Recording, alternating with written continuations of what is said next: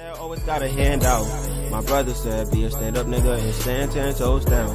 If one way don't work, fuck it, we still gotta find a way out. It's your boy Porter Falco, folks, and we are back again with another hood murder trial, folks.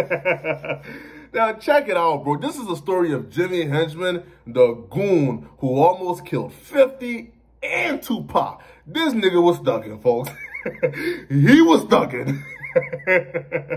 Now, check it out, man. Before we can even get to the Jimmy Henchman, murder trial in his cases, we have to first go back to the 50 Cent, you call it, in the game beef, right? Because that game sparked a lot of this thing that we're starting to see right now, right? So in 05, 50 Cent and the game was starting to have tension, right? So for you guys who don't know, the game was a part of 50 Cent's rap group called G-Unit.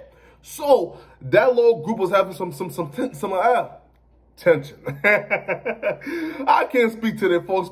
So where the tension actually came from was when Dr. Dre and Jimmy Levine actually wanted to push back 50 Cent's second studio album because they wanted to make some room for the game's, initial album, right? His first album, his debut album.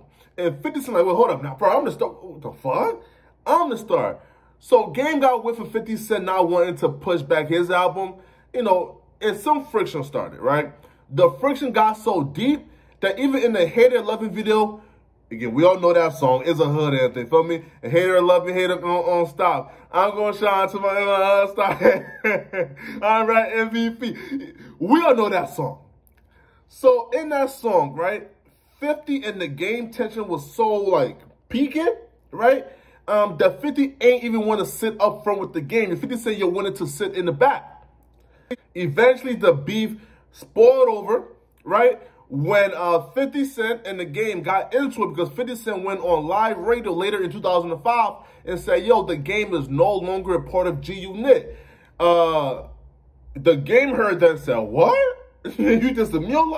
Nigga, I'm the big blood. I'm the one that got the shit tatted on my cheek, nigga. I got nothing to lose. So the game pulled up with the goons, folks. He put up with a few goons and a security guard to barge into the radio station that 50 was at, dissing him.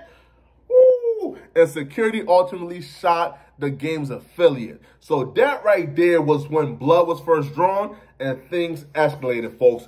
Things was escalating, man, all right? So as things escalated, the game, however, recruited Jimmy Henchman, because Jimmy Henchman was an authority, was a muscle in New York, right? And Game being from LA thought, damn, bro, if I'm gonna be beefing with 50 in New York, I have to have a New York guy who's, just as street credible. So the game recruited Jimmy Henchman as a manager. And that's where the whole campaign of GU Not started from, right? So the game dropped a diss track called 300 Bars, aka GU Not. That was, again, a symbolic diss track for where all this beef will eventually lead to, right? So in that diss track, and he coined the term GU Not. So later on, in 06, Jimmy Henchman, the newly found, the game's manager, had a son, right? The son was wearing a GU Not shirt, going into the record label's office for an internship. While on his way to the internship, Tony Yayo and Lodi Mac jumped Jimmy Henchman's son. They gave that little nigga the beats, folks. I'm talking about, they whooped that little nigga ass, man. And they whooped his ass because he had on that GU Not gear. Man, bro, I'm talking about, bro, they get this nigga the beats of the century. They whooped his ass so bad, bro. You listen, man, Tony Yayo pled guilty to endangerment of a child and did 9 days in prison, while Lodi Mac, who gave the majority of the beats, he did 9 months in prison for that beef, bro. He did 9 months in prison for beating that little kid's ass, bro. That nigga ain't played, bro. He whooped that kid like he stole something, bro. He whooped that kid like he was the stepdad. That kid was the redheaded stepson. That nigga wasn't playing no games, bro. God damn, man. God damn, folks. Just think about a beating that's brutal. My God. So Lodi Mac did 9 months in prison. And when he came out, some of his affiliates lured him to a particular spot. When they lured him to a particular spot, Lodi Mac was actually going to be accompanied by 50 Cent, but 50 got stuck in a meeting and couldn't make it, right? So he got a call to come to a particular spot. It's unclear what the reason was. Once Lodi Mac got there, and he was shot 5 times in the back by a gun that had a silencer on it. Pay very close attention. That silencer is a very important detail. The gun had a silencer on it. So when he was shot, he later on passed away. Investigations happened, and it turned out that Jimmy Henchman's gun was used in the murder, and that Jimmy Henchman, has some involvement. More specifically, he paid those Negroes to shoot and kill Lodi Mac. He paid them off. Listen up, bro. One thing you niggas gotta understand, bro. You do not involve Negroes in your crime. A nigga is telling the second a white man enter that room, bro.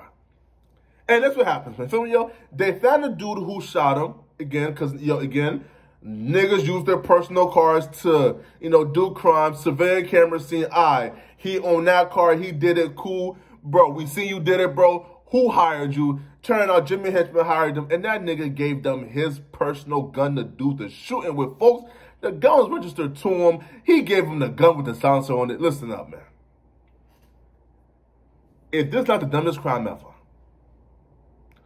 you gave a bunch of street, dusty Negroes your personal gun that's registered to you to do a crime, folks. This shit is... All right, cool. So Jimmy Henchman, of course, was found guilty, right? So while in prison, he did an in-prison interview like all niggas do, bro. Listen up, bro. That in-prison interview is a landmark in hip-hop, man. Niggas can't wait to get to the yard so they can do an in-prison interview, man. Niggas can't wait, bro. That's the highlight of prison. Listen, Tupac did it, right? Most notable hip-hop, figures who go to jail does this, right? That's hip-hop landmark, bro. These niggas want to go to jail so they can do that in-jail interview. These niggas can't stop wanting to look tough, even if they're in a jam, folks. So Jimmy Henchman did an interview in prison, right, where he eventually admits to, yeah, bro, you feel me, yo, I had the involvement in getting Tupac shot. So for you guys who don't know, all right, Tupac was shot at a quad studio when he was 23 years old, right, in New York. So Pac later on blamed Jimmy Henchman for that hit. It turns out Jimmy Henchman had Pac shot because Diddy and Biggie wanted Pac to get robbed, so Pac can't feel as if, yo, I'm safe, and Pac will want to join Bad Boy for some protection, all right? So Diddy and Jimmy Henchman came up with this plot, right, to get Pac robbed. Just robbed, not shot. Just robbed, right? So Pac can feel, damn, bro, I need Bad Boy, I need Diddy, I need that protection to feel safe in New York. It turns out they went to rob Pac. Pac had the glizzy on him. Pac pulled it out. They shot, Pac back, and Pac got shot 5 times. Pac let it survive. So this Negro took directions from Diddy to shoot again to get Pac shot up. But this actually lends me to a larger question, bro. How many more of these cases is Diddy involved in, folks? I'ma save that question for another day. We got another murder trial being involved that nobody has ever heard of involving Diddy, folks. But let me know in the comment section, folks, what do you guys think, bro? Do you guys think that Jimmy Henchman is the biggest gangster in the music industry ever?